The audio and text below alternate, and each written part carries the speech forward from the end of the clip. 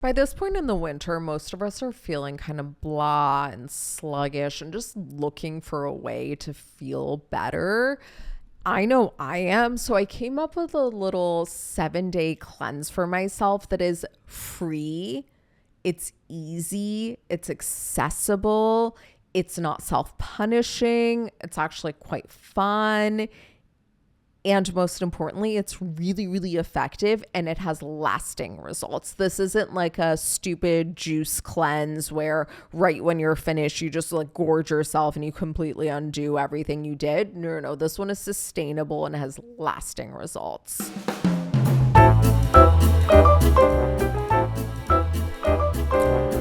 Like I said, this is really, really easy. It's literally just 3 things that I plan on doing every single day. Number 1 is walk. And when I say walk, I'm talking walk a lot. So I think that if you're kind of newer to this, I would aim for 2 30-minute walks, ideally outside, but if that's really not accessible, by all means do it inside. If you're more advanced, you can bump it up. I personally am going to aim for a 60 to 90-minute walk in the morning and in the evening. Now, this is going to be a bit of a challenge time-wise to fit in, but if I make it a priority, I can totally do it. I mean, I've managed to watch like 5 hours of Bravo every single day for the past few weeks, so I really see no reason why I can't squeeze in an hour and a half of walking every single day. And when I say walking, I don't mean like walk to the grocery store and then browse the aisles and stop every 5 seconds. I mean, you're continuously moving the whole time.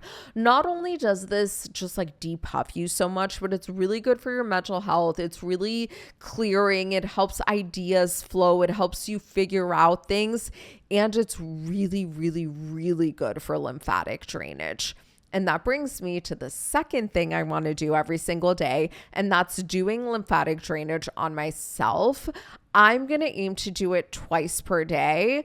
Ideally, I'll do the full shebang twice a day, but if I don't have time for the full shebang, I'll do the more abridged version. So let me explain exactly what I mean by that. So number 1 is just opening the lymph nodes. And this is how I was taught to do it.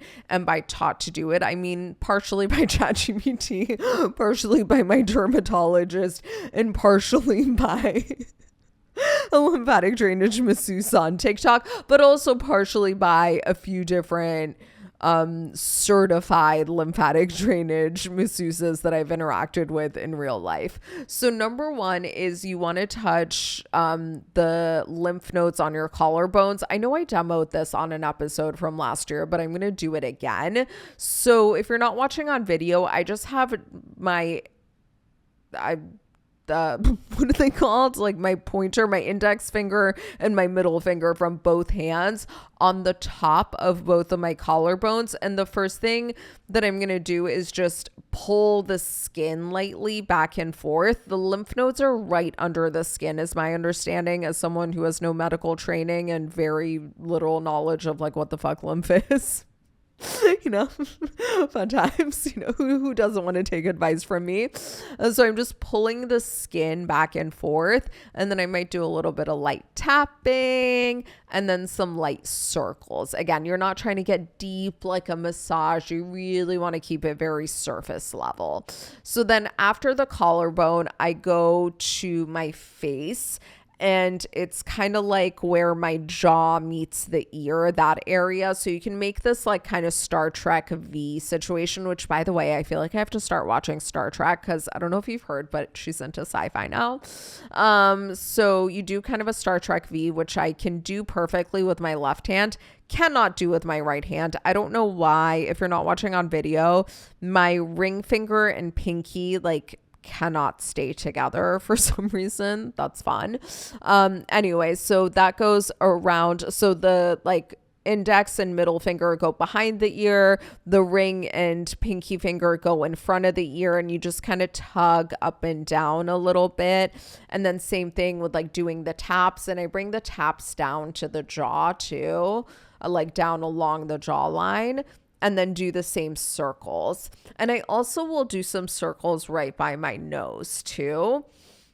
And then go to the armpits, the same sequence, the tugging back and forth, the tapping, then the circles, and then the belly. So I actually do it a little bit differently on the belly. I like to lie down for this portion if possible. If not, then I just improvise. And I put my hands right above my belly button and I take a really deep breath into my belly, like make it balloon out like I'm 9 months pregnant. And then I exhale. And as I exhale, I kind of tug the skin up and put some pressure. So I'll do that a few times, and then the same, like, tug back and forth, tap and circles situation. And then lastly, I go to the line in the groin, like where the leg meets the cunt. Where the leg meets like the fupa area, like the line, if you look at a Barbie doll, like where the seam is, that line. And I do the same 3 things again: the pull back and forth, the tap, tap, tap, and the circle, circle, circle. And that's the abridged version. That's just opening up the lymph nodes. I think this is really, really nice to do before walking too, because then as you walk, you really stimulate those lymph nodes, the groin lymph nodes a lot. So once like everything is open, I've heard, I don't know how accurate this is. I've heard this from a few doctors, but then I've also heard somewhat conflicting information, but I've heard that ultimately everything dumps out from the collarbone lymph nodes.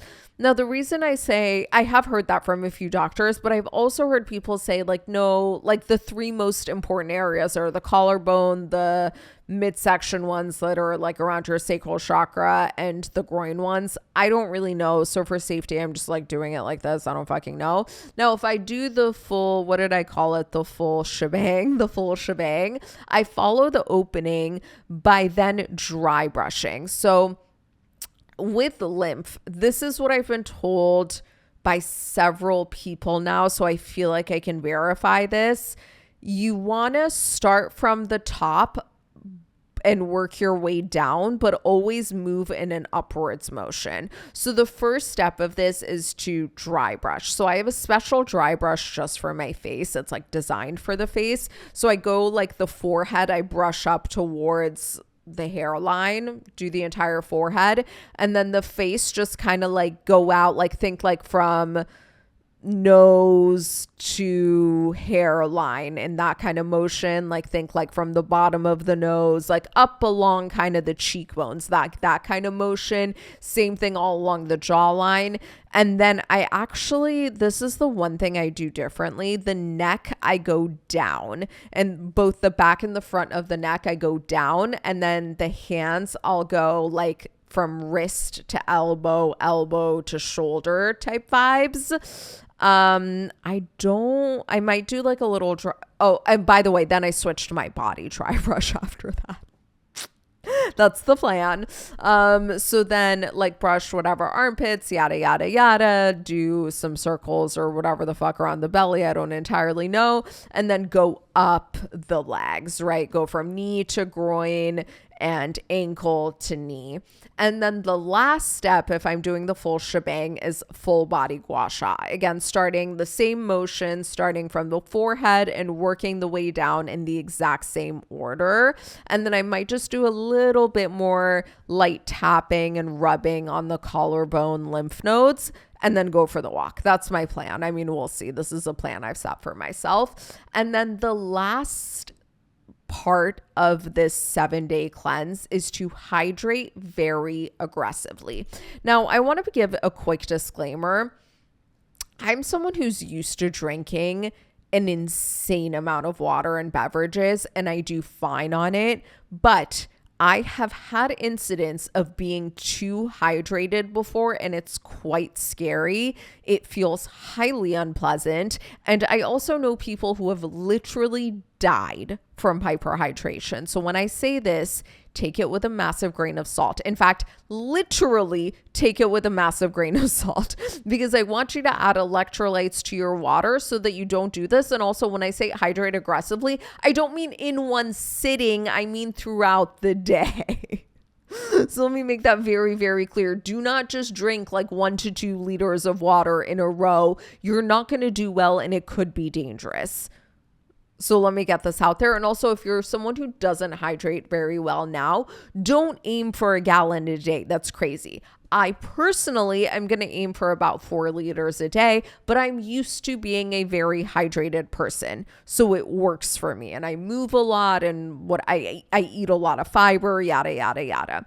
Now, for someone who's already like pretty wellnessy, who's pretty like well hydrated, etc., if you were to do this cleanse, I would, if you think it's safe for you, and please consult with a doctor, I would aim for 3 to 4 liters of water, or fluids that aren't something like alcohol. Like a beer doesn't count.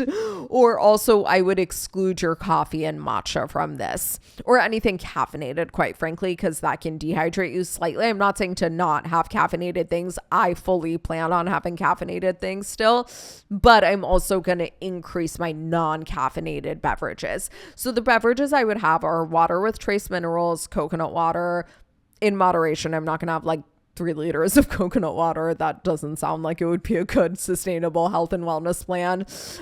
Aloe juice, water with lemon and mint, like making little spa waters, and herbal teas like nettle, chamomile, hibiscus, lemongrass, vervain, ginger, whatever it may be. So personally, the way that I want to do this is wake up, have a couple of glasses of water immediately with trace minerals in it, and take my morning supplements and stuff like that, and then do my other morning beverages, which I'll do some glutamine in water, I'll do creatine in water. I have my coffee or matcha that I make with my high protein soy milk and coconut water, but I'm not even counting that in my hydration.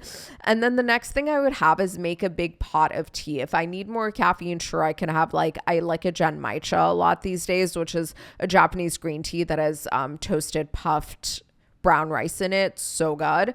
But if I'm ready for non-caffeinated things, then I'll make a pot. I like making sobacha tea a lot. It's buckwheat tea. It's so fucking good. I swear it smells like a cake. I can't explain it. It is so delicious. That's one that I really love, but I could do other things like some of the other ones I listed, and just keep making pots of tea throughout the day, drinking lots of aloe juice. Another way that I think makes this really pleasant is making yourself a giant pitcher of spa water every morning and working your way through it.